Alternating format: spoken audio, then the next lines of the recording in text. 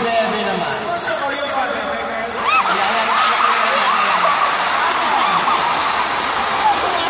Ay, kami ang pabebe guys. At wala kayong pake kung pabebe kami sa mga video namin.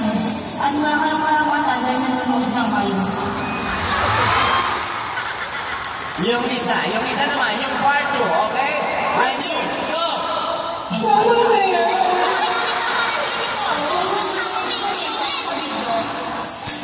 Gumawa